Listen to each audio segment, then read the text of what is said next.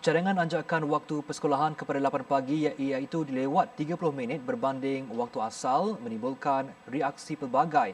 Pensyarah Pusat Kajian Pendidikan dan Kesejahteraan Universiti Kebangsaan Malaysia UKM, Dr. Anwar Ahmad berkata, anjakan itu tidak akan memberi kesan kepada sekolah yang mempunyai 2 sesi jika semakan atau audit dibuat berhubung silibus pembelajaran yang bertindih antara 2 sesi. Kalau kita anjakkan sehingga pukul 8, bermaksud adakah sesi kedua sebelah petang tu akan dianjakkan lagi setengah jam sehingga pukul 7 malam kan? Saya rasa tidak begitu. Perkara yang penting kepada kita sekarang kalau kita nak mewajarkan cadangan ini adalah kita kena tengok silibus kita.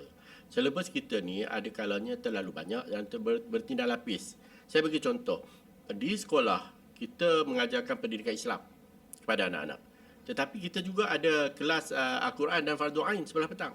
Perkara yang sama, silibus yang sama, ajaran kandungan yang sama. Dan mengapa kita tidak satukan pendidikan Islam itu dan jadikan dia kafah?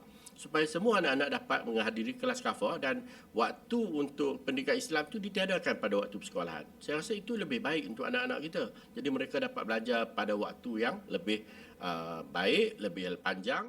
Kaedah itu sama seperti yang dipraktikkan di Jepun di mana subjek sains tidak diajar di tahun 1, 2 dan 3. Sebaliknya fokus kepada 3M terlebih dahulu iaitu membaca, mengira dan menulis. Sementara itu cadangan waktu persekolahan kepada jam 8 juga dapat memberi ruang kepada ibu bapa untuk mengatur perjalanan, malah anak-anak lebih bersedia untuk memulakan pembelajaran. Waktu sebelum pukul 8 itu juga boleh memberi lebih waktu kepada anak-anak untuk bergaul dan bersosial dengan rakan sekelas mereka.